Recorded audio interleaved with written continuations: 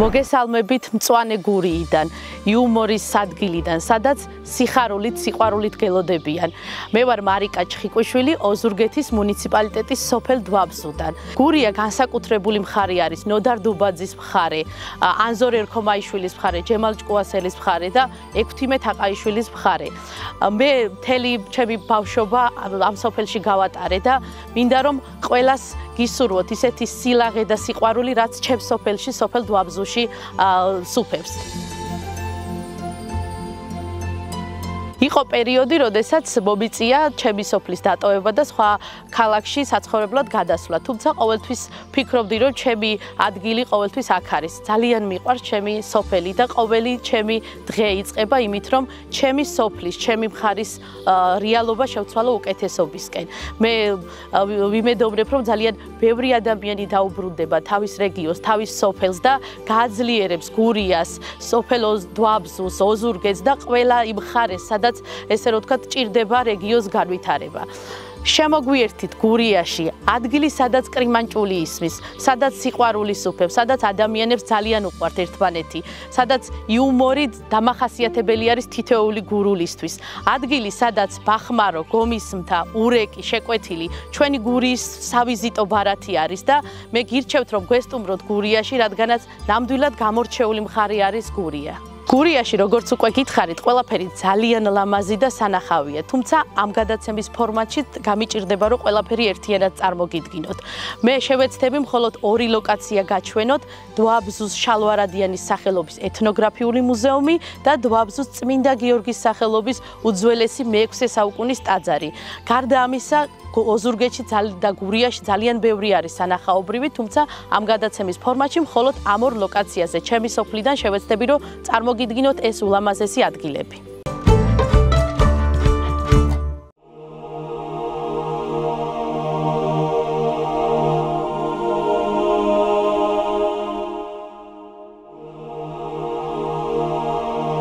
გადმოვინაცვლეთ სოფელ დვაბზუს ცენტრში, წმინდა გიორგის სახელობის ტაძარში. ამ ეზოში განთავსებულია ორი წმინდა გიორგის სახელობის ტაძარი. ერთი მე-6 საუკუნის ძეგლი არის, ხოლო მეორე მე-19 საუკუნის ძეგლი თარიღდება. ასევე ამ ეზოში განთავსებული არის კოშკი, რომელიც დვაბზუს სავიზიტო ბარათი არის და ლეგენდის თანახმად დვაბზუს ახლომდებარე სოფელ მელექედურში არსებობდა წმინდა გიორგის სალოცავი, სადაც ორი ხატი იყო, რომელიც მღვდელმთავარს მიწაზე დაყრილი ხვდებოდა. ლეგენდის თანახმად წმინდა გიორგი გამოეცხადა მღვდელმთავარს და უთხრა, რომ ერთი ხატი აუცილებლად შეება ურემზე და სადაც გაჩერდებოდა ურემი, იქ აშენებული იყო წმინდა გიორგის სალოცავი. და სწორედ წმინდა გიორგის ეკლესია სოფელ დვაბზუში ამ ლეგენდის თანახმად აშენდა.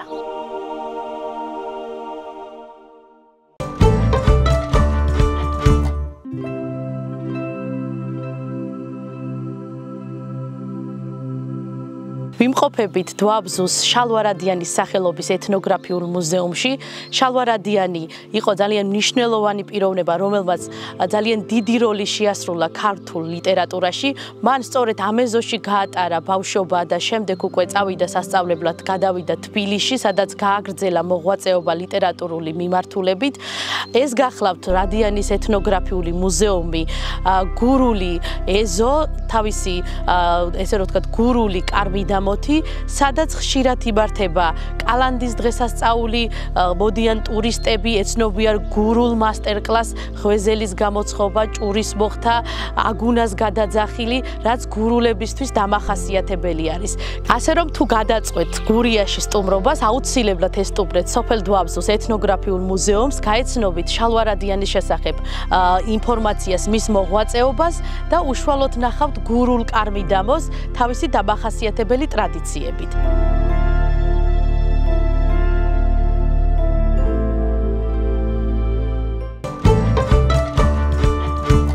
შევეცადე ჩემი ემოციები, ჩემი კუთხის მიმართ გამომეტანა თქვენამდე, თუმცა გადაცემის მთავარი თემა არის კულინარია და დღეს ვესტუმრებით ჩემს მეგობარ თამთას, რომელიც წარმოგვიდგენს გურულ სამზარეულოდან 3 კერძს. გურია მდიდარია გურული სამზარეულოდ, თავისი ტრადიციული კერძებით და მოდით თამთასთან ერთად გავეცნოთ გურულ კერძებს.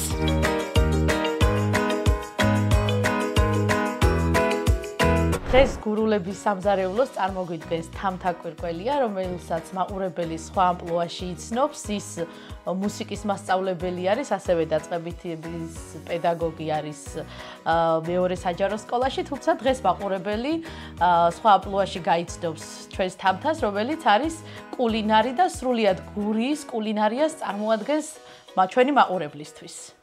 დიდი მადლობა, მარიკა, კეთილი იყოს თქვენი მობრძანება ჩვენს ოჯახში.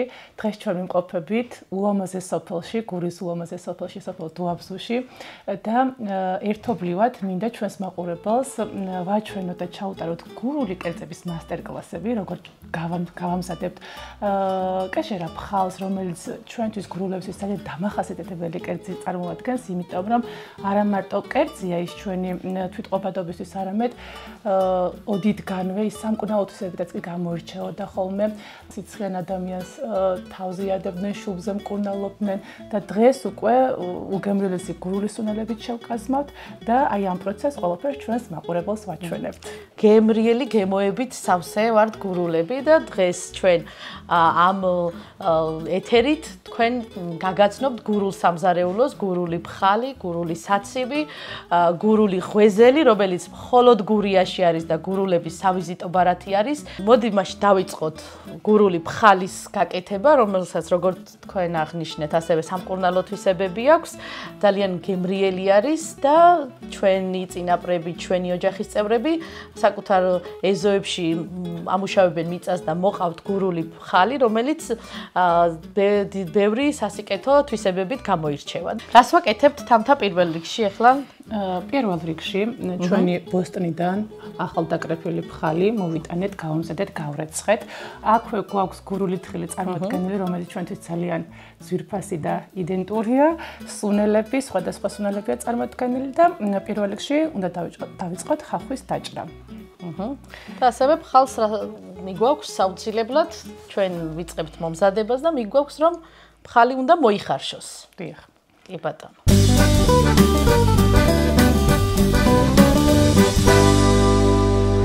ჩვენი ფხალი უკვე მოიხარშა დაახლოებით 10-15 წუთი ვხარშეთ და ეხლა უკვე მზადაა, რომ შევკამაზოთ ჩვენი გურული სუნელებით. შეგმარით თუ შეიძლება რომ ნიორი სიამოვნებით. გურიისთვის საყვარელი მომღერალი გურულ კერძს უმზადებს ჩვენს მაყურებელს. გურში რამეს ხო არ ღიღინებთ თამთა? ხო არ გაგახსენდა ჩვენი ბებიების, თინა ბებოს და ვალიდა ბებოს ფიარული და გემრიელი კერძების? საერთოდ ტრადიციულად გურული კერძები მუდამ სიმღერის ფონზე კეთდებოდა და ხო არ გვიბღერებ, ხო არ წაგვიბღერებ რავეს? გურული დილა. სიამოვნები. სალაშვარდი და ზისასხივითი ფერება და ქურდულად ვიმალულა ვით მთვარე და ვარსკვლავ კრება და ქურდულად ვიმალულა ვით მთვარე და ვარსკვლავ კრება და ვაშაგურულებო ოჩახ გურულებს სხვათა შორის მარო აი ესეთი საინტერესო ხიარული სამზარეულო აქვს გურიას მეგობრებო გირჩევთ ყველას ესტუმროთ გურიას გაეცნოთ გურულ სამზარეულოს დატკბეთ ჩვენი ხიარული სიმღერით გურული კერძებით რომელიც დამეთანხმებით რომ ძალიან მრავლის მომცველი არის ძალიან საინტერესო არის და გირჩევთ ყველას რომ გვესტუმროთ გურიაში დღევანდელმა დღემ გამახსენა მახსოვს ბებია ჩემი ვალიდა ჯაშს როდესაც მთელი შვილიშვილებით გავსებულ ეზოს სტუმრობდა და მას პინძლობდა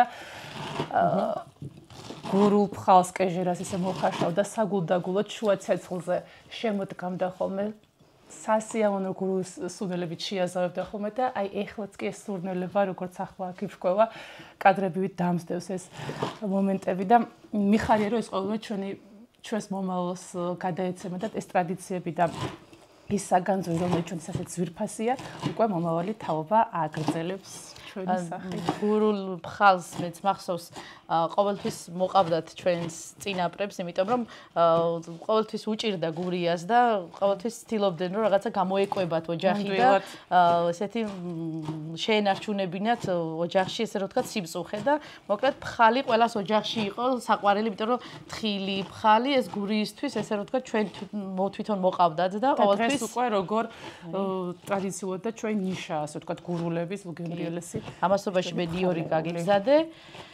ეხლა უკვე იჭრება ჩვენი ფხალი. თხილიც გამზადებული არის და აბა სუნელები აქ არის. შევასაუთ უკვე ეს ყოველივე. ჩავყაროთ ჩვენი გურული თხილი. აქვე დავუმატოთ საკმასებით. ეს გურული სუნელი. ბატონო. მარილი. ცოტა წიწაკა და მარილიც აუცილებლად. მოკლედ ესეთი ეს ყოველივე ახლა კარგად უნდა დავკებოთ და შემდეგ შევასაუთ გურულ სუნელებთან ერთად. თქვენი ხალხს დაიჭრა უკვე საგულდაგულოდ და მე უკვე დავიწყოთ შეკვას რა. კი, ჩვენი სუნელის მზად არის, აი ესეთი გურული სუნელი გამოვიდა, რომელიც ძალიან გემრიელი არის და ჩვენი ბებიები ყოველთვის ამ ესე ნაყავდნენ სუნელს ნიორთან ერთად და ამით კმაზავდნენ კერძებს. საოცარი სურნელი ტრიალებს. კი, ძალიან მიდის ეს კი. აი, თაში მოვათავსეთ ჩვენი ფხალი. აი ესეთი ფილი, რომელიც დამახასიათებელი არის ჩვენთვის. საოცარია და აი ფერით სასწაული აქვს. ძალიან კარგი, აბა თამთიკო. პროცესი მეტი ეს მამა პაპურად კარგად. გადასწავლეთ. ეხლა ცოტაოდენი ხახვიც ძალიან უხდება. კი. თანაჩენი უკვე მე თავზეც მოვათავსებთ გასაფორმებლად. მაგათ ჩემი ბებო ხშირად ამბობდა ხოლმე ფხალს ჭირდება კარგი შეტუტვა, კარგად ესე ამურევა, რომ ის გემოები გაუჯდეს, ის შეიკმაზოს აუცილებლად და ესასწაული გემოები გვექნება ეხა. დასრულდა ჩვენი კერძის მომზადება, ბოლო აკორდები ეხა ცოტათი ლამაზად ესე ხახვით გავაფორმებ და უკვე რაკლია მხოლოდ სუფრაზე მიტანა და დაგემოვნება. აუცილებლად სტუმრებისთვის მირთმევა. და ეხა უკვე უნდა გამიშინჯო. სიამოვნებით, საგიგემოვნებთ თამთა. დარწმუნებული ვარ, რომ ძალიან გემრიელი გამოგვივიდა. ვალიდა ბებოს რეცეპტით და მომზადებული ფხალი, რომელიც გურულების საყვარელი კერძი არის. აბა როგორია? არაჩვეულებრივი გემო აქვს. ერთობლივი ნამუშევარი. ყოჩახ თამთა. ძალიან კარგი გამოვიდა. აბა თამთა, რა არის ჩვენი შემდეგი კერძი, რომელიც უნდა წარუდგინოთ მაყურებელს? აბა რა შევთავაზეთ? შემდეგ კერძს უკვე ვამზადებთ საციოს. ეზოში გაზრდილი ქათამი, რომელიც ბიოსაკვებით იკვებება. და რა ეტაპებს გადის ქათამი, სანამ სუფრასთან მოხვდება? ქათამს, გასუფთავებულ ქათამს დავჭრით დაახლოებით 20 წუთი ხარშავთ. კარგად მოხარშულ ქათამს უკვე ნელ-ნელა მოვათავსებთ ჯამში და შევკმასავთ სხვადასხვა სუნელებით. ტრადიციულად საცივი გურულების ძალიან მნიშვნელოვანი კერძია. თითქმის ყველა დღესასწაულზე იგი ქართულ სუფრას ამშვენებს, განსაკუთრებით ახალ წელს და ყოველთვის საყვარელი კერძია, მინდა აღვნიშნო. ძალიან კარგი. ეხლა თან თქვენ საქმიანობაზეც რო გავაცნოთ მაყურებელს, გურულ ფოლკლორზე რო ვისაუბროთ, რომელიც ფოლკლორი ჩვენთვის ძალიან მნიშვნელოვანი არის და ყველა ოჯახში ისმის გურული ფოლკლორი და გურული კრიმანჭული. აი რო გვითხრა შენი საქმიანობის შესახებ და მაყურებელს მოუყვეთ თქვენი ანსამბლის შესახებ პედაგოგი, რომელიც ცდილობ რომ მომავალ თაობას გადასცეს ჩვენი ღირებულებები ფოლკლორის თვალსაზრისით, რაც ძალიან მნიშვნელოვანი არის და რომ გაუზიარო მაყურებელს ამის შესახებ ინფორმაცია. მე მანამდე კი დავიწყებ სანელებლების მომზადებას, დაგეხმარები ამ ნაწილში. როგორც ჩვენი საზოგადოებისათვის ცნობილი, მე ვარ ანსამბლ მარულას ხელმძღვანელი, ბავშვთა ანსამბლის დღესდღეობით ბავშვთა ანსამბლში დაახლოებით 100-მდე მოსწავლე სწავლობს და ძალიან მაყარებს მე როგორც პედაგოგს, რომ ამდენი ბავშვი ეზიარება ქართულ ფოლკლორს, განსაკუთრებით გურულ პოლიფონიას, რომელიც ასე ძალიან მნიშვნელოვანია და განძია ჩვენი ქვეყნისთვის. აზორ ერქომაიშვილი ყავდა, ჯემალ ჭკუასელი ყავდა და მიხარია რომ ამ საქმიანობას მიყვებით ამთან. ნამდვილად და ეხლა ხან ანსამბლმა 10 წლის იუბილეი გადაიხადა, 10 წლისები ვართ და ამ ხნის განმავლობაში მრავალი თაობა აღიზარდა ჩვენთან და დღესდღეობით ისინი სხვა ანსამბლებში მოღვაწეობენ. ძალიან კარგი. მოდი ახლა სანელებლები რომ სანამ გადავალთ უშუალოდ სუნელის მომზადებაზე, რა უნდა შევურიოთ, რომ ესეთი გემრიელი გამოვიდეს? თასში უკვე მოვათავსეთ ქათამი. ეხლა უკვე პარალელურად აგერ ფილში გვიმზადებთ ის სუნელს, დავამატოთ თხილი, გურული თხილი. აუცილებლად. შემდეგ აუცილებლად გვჭირდება უცხო სუნელები. ამაიღე. ძალიან კარგი. აქვე წიწაკაც. დარწმუნებული ვარ, რომ ძალიან გემრიელი გამოგვივა. და ცოტა ოდენი მარილი გემოვნებით. კარგად ამოურიე. აი ესე. მომზადებულ სუნელს უკვე უნდა შევურიოთ ქათმის ნახაში, რომელიც უკვე ცხლად გვაქვს გამზადებული და შემდეგ უკვე გადავავლებთ თავზე და გამოგვივა ჩვენი. დარწმუნებული ვარ, რომ ძალიან გემრიელი გამოგვივა. მოკლედ აი ესეთი კარგი სუნელი გამოგვივიდა თამთა. აბა რა ვშვებით ახლა? ნახაში უნდა მოვათავსოთ ჩვენი სუნელი. რა ბარაქიანად. კი. შეგიკმასია და დაგინაყია. ესე. კარგად გავძრათ უკვე ეს ჩვენი სუნელი და ნელ-ნელა დავიწყოთ ქათამის ჩალაგება. იმათხოვე, აბა კარგად ამოვიღოთ. აი, სიმღერით დავასრულოთ ქათმის გაკეთება, აბა. მეორე ხმა მითხარი მაშინ. სიამოვნებით. ნანინა ახალ ხედავს აღვალეოდა. ნანინა ჩემზე ხელი აგიღია და ნანინევო ნანანელა ნანინევო ნანანელა ნერიო დელიო დელიო ნანა ნანინა მურო ხარდიდანზეოდა ნანინა ზმინეიანო დაგიხია და ნანინევო ნანინელა ნანინევო ნანანელო ნელიო დელიო დელადა. აი დავასრულეთ უკვე მეორე კერძი, რომელიც ვფიქრობ რომ ძალიან გემრიელი გამოგვივიდა. ყველა რეგიონში თავისებურად აკეთებენ საცივს, თუმცა გურულები ისე მარტივად ვაკეთებთ გურული თხილით ქათამს, რომელსაც ქვია გურული საცივი. და ბოლოს მივდივართ დასასრულისკენ და მაყურებელს ვაჩვენოთ გურული ღვეზელის მასტერკლასი და როდესაც გურულ სამზარეულოზე ვსაუბრობთ, ალბათ ყველას განცდა უჩნდება მაშინვე გურული ღვეზელი, რომელიც გურულების სავიზიტო ბარათი არის და ყოველ კალანდობას გრანდიოზულად აღინიშნება კალანდა და გურული ღვეზელის გამოცხობა ეს ჩვენი მხარის განსაკუთრებული ტრადიცია არის და მიუხედავად იმისა, რომ არც კალანდა გვაქვს ახლა და არც ზამთარი არის, მიუხედავად სეზონისა, ჩვენ ყოველთვის ვამზადებთ გურულ ღვეზელს და სტუმრები როგორ გაუშვათ გურული ღვეზელის გარეშე? ვამზადოთ აუცილებლად გურული ღვეზელი. აუცილებლად, მოდი დავიწყოთ სადება გურული ღვეზელისა, თუმცა მინდა ვთქვა, რომ აი ჩვენთვის ჩვენ ოჯახებისთვის შობა და გურული ღვეზელი იმდენად განუყოფელი ნაწილია, იმდენად ორგანულია ეს ყველაფერი და ტრადიციულია, რომ მინდა გავიხსენო ბებია ჩემი და თუნდაც ახლა დედა ჩემი უკვე დღესდღეობით როგორ აცხობს გურულ ღვეზელს, რაც უყურებ ოჯახში. წინა ღამით სრულ იდილიაში, სიჩუმეში, სიმშვიდეში, ძალიან მშვიდად ზეულს გურული ღვეზლის ცომს, ლოცვაში, რუდუნებაში, საკუთარი ოჯახის დალოცვაში, ცომს ნახევარი მთვარის ფორმას აძლევს და უხვად დევს, უხვად ჩადებს ხოლმე მასში კვერცხს და ყველს.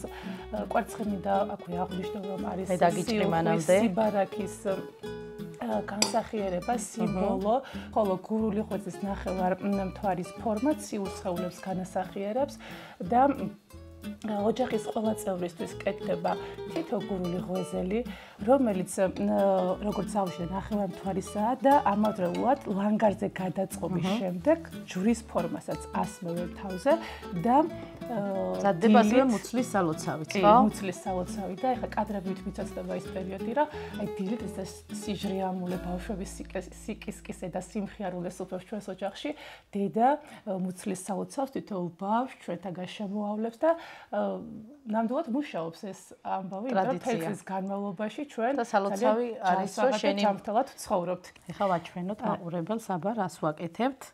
ცომში ვდებთ. ცომი გავამტყელეთ, უკვე უხვად უნდა ჩავდოთ ყველი, ჭყინტი ყველი, სასურველია. და იყო ისტორია, რომ ქალები განსაკუთრებით არჩევდნენ ყველს და ფქვილს, რადგანაც ადრე ესე არიშოვებოდა და ეს ცხებოდა კეცზე, აბა. მინდა აღვნიშნო, რომ ცომი მოვამზადეთ ტრადიციულად წყალი, ფქვილი, მარილი და ეხლა უკვე იმ ეტაპზე ვართ, რომ ყველი მოვათავსეთ ცომში და კვერცხს დავამატებთ. კვერცხის საკმაოდ უხვად უნდა გაუკეთოთ, როგორც აღვნიშნეთ, კვერცხი არის სიმბოლო ხვავის, ბარაქის, მატების, ხოლო აი ეხლა რომ და ერთი ისტორია გავიხსენოთ აუცილებლად, ჩვენი წინაპრები, როდესაც გურულ ღვეზელს აცხობდნენ, ერთი დიდი ზომის ღვეზელი აუცილებლად ცხებოდა, რომელიც შემოსტუმრებული სტუმრისთვის, მეზობლისთვის იყო განკუთვნილი და ასევე დიდი ზომის ღვეზელს აცხობდნენ, რომელიც აუცილებლად უნდა შეეწირათ ეკლესიისთვის. ეხლა უკვე იმ პროცესში ვართ, რომ გურულ ღვეზელს ნახევარი მთვარის ფორმა უნდა მივცეთ. აი ესე ბარაქიანად ეს ერთგვარი რიტუალი არის, რომელსაც ყველა გურული დიასახლისი განსაკუთრებული რაღაცა სიცათუთით, სიყვარულით, მოფერებით აკეთებს თამთა. ეხლა კი გადავიდეთ კეცზე. სახელდახელოდ გახურებულ კეცზე მოვათავსებთ და დაველოდებით უკვე მის პროცესს. გამზადდა ჩვენი გურული ღვეზელი. ჩვენ ამჯერად მოვამზადეთ კეცზე, რომელიც შუა ცეცხლზე გავახურეთ, მაგრამ თუმცა შესაძლებელია ეს საოჯახო ტიპის ღუმელშიც მოვამზადოთ, ძალიან მარტივად მზადდება როგორც დაინახეთ. ეხლა ნამდვილად ვერ გაგიშვებ მარი, რომ არ გავაცოცხლოთ ჩვენი ტრადიცია. რიტუალი ვაჩვენოთ ჩვენს მაყურებელს. მარის მუცლის სალოცავი აღმა ქარს დაღმა წყალს, მარის მუცლის სალოცავი აღმა ქარს დაღმა წყალს, მარის მუცლის სალოცავი აღმა ქარს დაღმა წყალს. სულ ჯანმრთელად და ძალიან დიდი მადლობა შენ ამ სასიამოვნო დღისთვის, სასიამოვნო ემოციებისთვის. ეს ჩემი წილი არის და აუცილებლად პირადად მე მივირთვებ ჩვენს გურულ ღვეძელს და ვფიქრობ, რომ ძალიან საინტერესოდ წარმოვადგინეთ გურია.